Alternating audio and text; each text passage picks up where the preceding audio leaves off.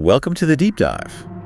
Today we're plunging straight into a fascinating and genuinely unsettling corner of internet lore. The creepypasta phenomenon known as Ben Drowned. Oh yeah, a story that really captured the imagination and, well, the anxieties of the early internet horror community. For you diving in today, we're going to unpack exactly why this narrative resonated so deeply. Absolutely. We know you're keen to get informed quickly but thoroughly, and that's precisely our aim. We've assembled a collection of digital artifacts, the original pasted text posts that laid the foundation, from Ben Drowned Part 1, Day 4, right through to the chilling conclusion in Ben Drowned Part 5, The Truth. And we're also drawing on analyses like madness in the method and twisted history to really get under the hood, understand the mechanics behind its impact. So our mission today is to dissect this influential piece of digital storytelling. We want to go beyond just recounting the events and explore the core narrative, understand the key ingredients of its online success, and analyze the storytelling techniques that made it so effective and, frankly, enduring. Sounds good. Where do we start? Okay, let's get right into it. The story begins with our narrator, Jadusable. He's settling into his college dorm and manages to pick up a used Nintendo 64 from a friend, a nostalgic trip back to childhood gaming, right? Seems like a familiar, comforting scenario for many who grew up with that era of gaming. Totally normal start. Exactly. But then he goes to a local garage sale and encounters this, well, unsettling old man. Jadusable can't quite articulate why, but something about this interaction feels off. The only item on the table that catches his eye is this strange ink blot that vaguely resembles the iconic Majora's Mask. Even in that initial detail, there's a subtle foreshadowing, that visual cue linking the unsettling encounter directly to the game itself. It's clever. You got it. Almost out of nowhere, the old man appears and offers him a Majora's Mask cartridge for free, mentioning it belonged to a kid who didn't live here anymore. Red flag number one, wouldn't you say? Uh-huh. And then, when Jadusable boots up the game, he finds an existing save file simply named Ben. The old man's parting words suddenly take on a much darker hue. Goodbye then. Followed by, almost as an afterthought, goodbye then. Chilling. Yeah, that casual yet loaded farewell immediately injects a sense of unease. This isn't just a discarded game, it carries a past and potentially a tragic one. Precisely. Out of curiosity, Jadusable checks the Ben save and sees it's fairly advanced in the game. Okay. He starts his own new file, naming it Link. But things start to get strange pretty quickly. Minor graphical glitches, textures appearing out of place, nothing overtly terrifying at first, you know. Right, could just be an old cartridge acting up. Plausible deniability, sort of. But then NPCs within the game start occasionally referring to him as Link, and at other times, they call him Ben. Okay, that's where it shifts. That subtle change in addressing the player is deeply unsettling. The game seems to be acknowledging this other presence, blurring the line between the player's identity and the save file named Ben. It gets significantly weirder after Jadusable, something he later regrets, decides to delete the Ben save file. Following that, in-game dialogue boxes where his character's name should appear are just blank. Whoa. Like the game's memory is fractured or intentionally omitting his identity? Yeah. Fast forward a bit, he tries to execute the fourth day glitch, a known exploit in Majora's Mask to extend the game beyond its natural 3-day cycle. He manages to trigger it, but instead of the expected encounter with the astronomer, he's abruptly transported to the boss fight room with Majora, facing a completely silent Skull Kid. That sudden, unexpected shift immediately signals that the normal rules of the game no longer apply. It's a jarring break from the established gameplay mechanics. Very disorienting. Absolutely. Then, cryptic text boxes begin to appear. Lines like, "You're not sure why, but you apparently had a reservation," which is a message you typically only see when obtaining a room key in the game. It's as if the game itself is trying to communicate, but in a broken, distorted way. Using existing game text out of context, that's really effective horror. It is. He tries to leave the area, selects yes to proceed to the lair of the temple boss, and then bam! He finds himself in a nightmarish, glitched version of Clocktown. Ah, the familiar becoming unfamiliar. That's a classic horror technique, taking a safe space and twisting it into something unsettling and hostile. It plays on our innate sense of place and security. Exactly.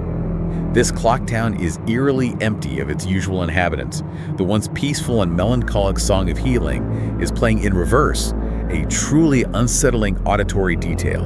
And he keeps hearing the faint, distorted laughter of the happy masked salesman echoing in the silence. Ugh, the reverse music and the laughter, that's just chilling. Right, textures are missing, entire sections of the town are just broken and incomplete.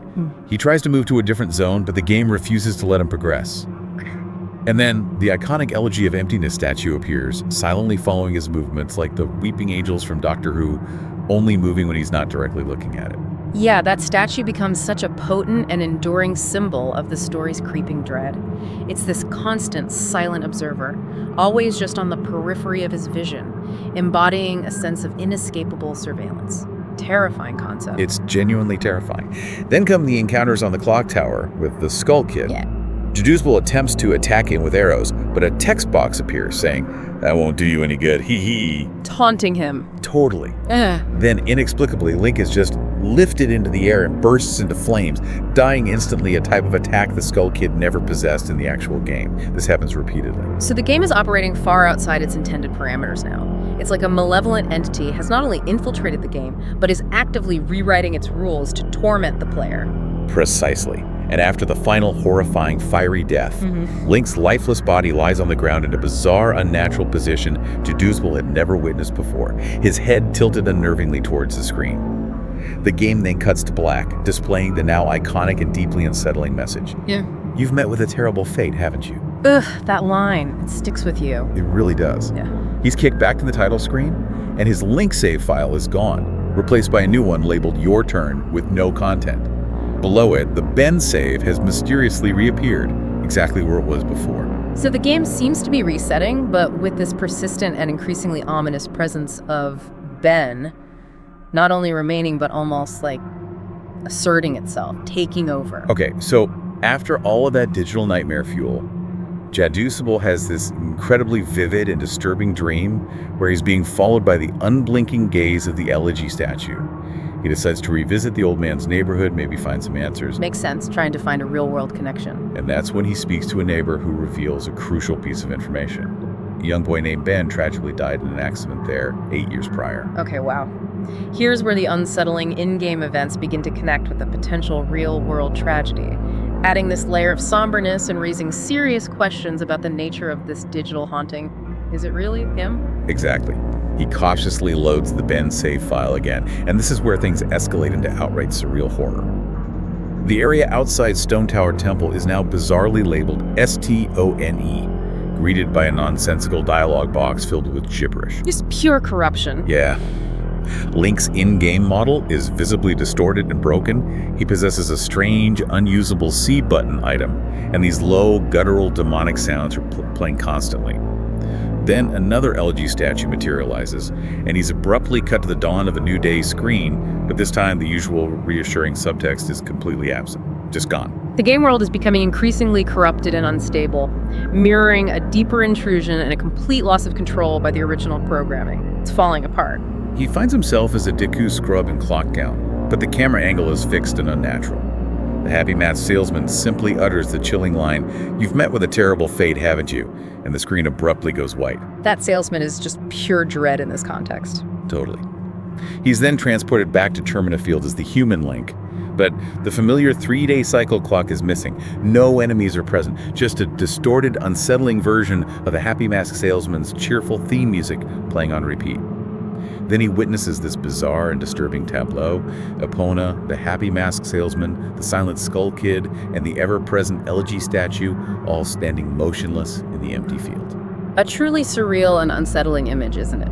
Bringing together all the recurring elements of the nightmare he's experiencing, the stillness of the figures against that distorted music just amplifies the sense of wrongness. What's particularly unnerving is that the Happy Mask salesman's head follows Link's movements wherever he goes, his unsettling grin never wavering. Jaduzbel tries playing the Song of Healing on his ocarina, hoping for some respite, maybe reset things. Desperate move. But instead, an ear-piercing shriek rips through the silence, the sky flashes violently, the music intensifies and speeds up erratically, and Link bursts into flames once again. The three figures simply stand and watch him burn. The terrible fate message reappears. Just pure torment. No escape. He's then inexplicably transformed into a Zora in Great Bay and discovers yet another unmoving Elegy statue, which leads to his character choking and suffocating underwater, despite Zora's being fully capable of breathing in water.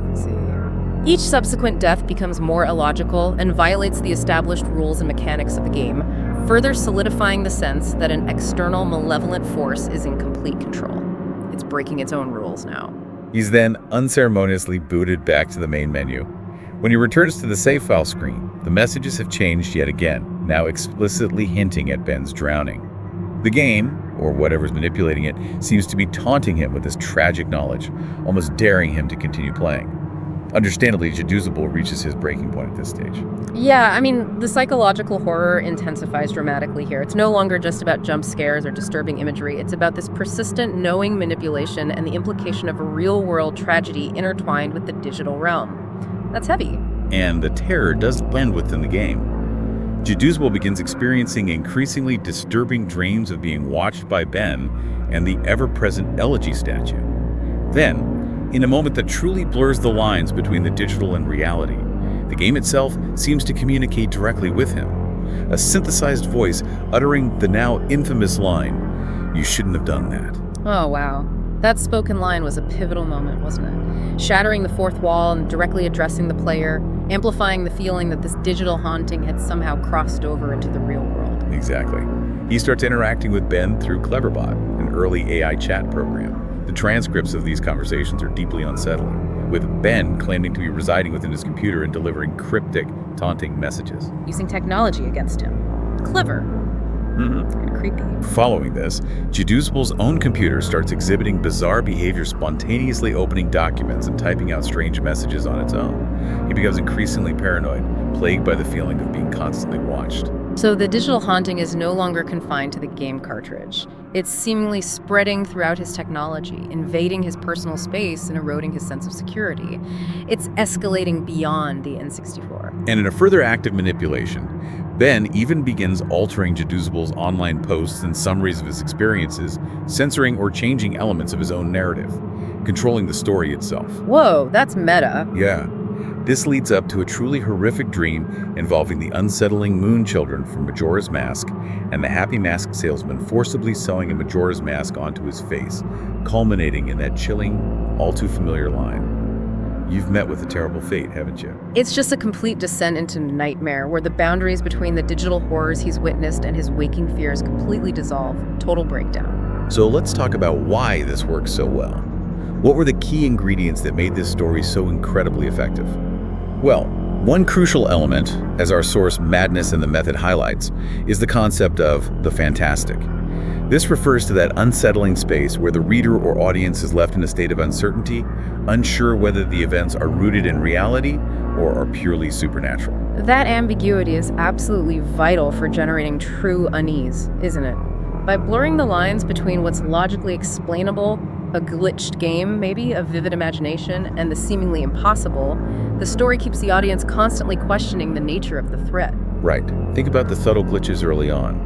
They can be dismissed as just a faulty used cartridge, but as they become more deliberate and targeted, that simple explanation becomes increasingly inadequate. Exactly. It starts plausible and then slowly ramps up the impossibility.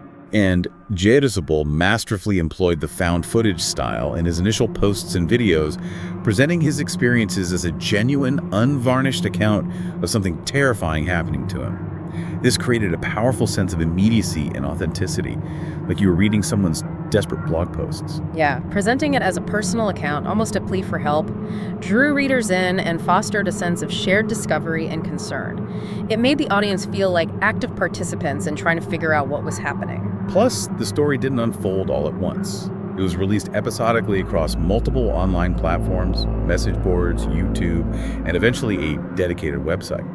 This slow, deliberate drip feed of information, as Twisted History points out, was crucial in building a sense of an evolving mythology around Ben Drowned, rather than just a single, self-contained, scary story. Right. The gaps in information allowed the audience's imaginations to fill in the blanks, often with something far more terrifying than what was explicitly stated. It built suspense over time. It became an almost interactive experience, didn't it? Jedusible would respond to comments, sometimes incorporate fan theories, and reveal new pieces of the narrative based on audience engagement. This collaborative element deepened the audience's investment and blurred the lines between creator and consumer. For you, the listener, imagine trying to piece together a puzzle where the rules keep changing and new pieces appear unexpectedly. Yeah, it's a prime example of transmedia storytelling. where the narrative is strategically spread across different forms of media, with each platform contributing unique elements and perspectives to the overall story. Very innovative for its time. And we can't overlook the technical aspect. Deducible utilized Project 64, a Nintendo 64 emulator, to capture and arguably manipulate the game's appearance in his videos, enhancing the visual glitches and distortions. That visual element was incredibly important in selling the narrative. Seeing the familiar yet corrupted game world provided tangible evidence of the haunting and added another visceral layer of horror. And for those familiar with emulators, it also introduced a layer of meta-awareness. The potential for manipulation, sure, but also the inherent instability that can sometimes occur with emulation. It played on that universal unsettling feeling we all have when technology behaves unpredictably. Exactly. While many of the strange occurrences could technically be rationalized as glitches in a damaged game cartridge or emulator issues, the overarching narrative of Ben and the implied haunting offered a far more compelling and terrifying explanation that just resonated deeply with online audiences. And the enduring legacy of Ben Drowned is undeniable. It established several key tropes and narrative devices that have become staples in subsequent creepypasta stories. Totally. Think about the haunted game cartridge, the breaking of the fourth wall, the incorporation of cryptic in-game messages. These are all elements that Ben Drowned really popularized in that space. Our source, Less Explored Influences, draw some fascinating parallels to classic horror literature too. The central idea of a cursed object bringing misfortune and unleashing a malevolent presence echoes narratives like Ringu or The Ring, or even the ghost stories of M.R. James. Oh, interesting. Like which ones? Well, where a seemingly innocuous discovered object becomes a conduit for something evil, or is itself subtly altered by a supernatural force. Think about stories like, "Oh, whistle and I'll come to you, my lad," or "The Haunted Doll's House." In both, a physical object becomes the focal point of creeping dread and otherworldly interaction. Very similar vibe. That makes sense. That theme of a relentless, unseen force gradually encroaching upon the protagonist's reality, which is so prevalent in James's work, for example, in Casting the Runes, is definitely a core element of the Ben Drowned narrative, isn't it? The elegy statue serves as that constant silent harbinger of doom. Precisely. And the character of Ben himself has, well, transcended the original story. He's become a widespread internet phenomenon, inspiring countless fanfiction artwork and even further creepypasta narratives. It's almost as if the digital haunting has, in a way, spread into the collective online consciousness, taking on a life of its own beyond Jadusbel's initial creation. A true example of how a digital narrative can take root and evolve within the online landscape, becoming something more than just the sum of its original parts. It's kind of wild. It really is. And it's worth remembering Jadusbel's own cautionary note, his final warning against downloading any of his videos or related content, fearing how Ben might somehow propagate further. That adds another layer of meta-horror and unease to the entire phenomenon. Like, is it safe to even watch this stuff? So to bring it all together, Ben Drowned was far more than just a simple scary story shared online. It was a remarkably innovative and influential piece of digital age horror. It masterfully employed ambiguity, the immersive found footage aesthetic, a collaborative and interactive storytelling approach, and the inherently unsettling potential of corrupted and unpredictable technology to create a lasting and deeply impactful narrative. It truly makes you reflect on the power of online storytelling and how effectively these narratives can blur the lines between fiction and reality, especially when they tap into our collective anxieties about the increasingly digital world we inhabit. Absolutely. And it leaves you, the listener, with this lingering and perhaps unsettling question. In a world where so much of our lives is now mediated by screens and digital interactions, what other kinds of hauntings might be possible? And how do these digital ghost stories reflect our deepest, perhaps unspoken fears about technology and the vast unknown that lies just beyond the screen? Definitely some profound food for thought as you navigate your own digital world. And if you're feeling brave, we encourage you to delve a little deeper into the original pasted text archive or explore the wider world of creepypasta. You never know what other unsettling discoveries might be lurking in the digital shadows.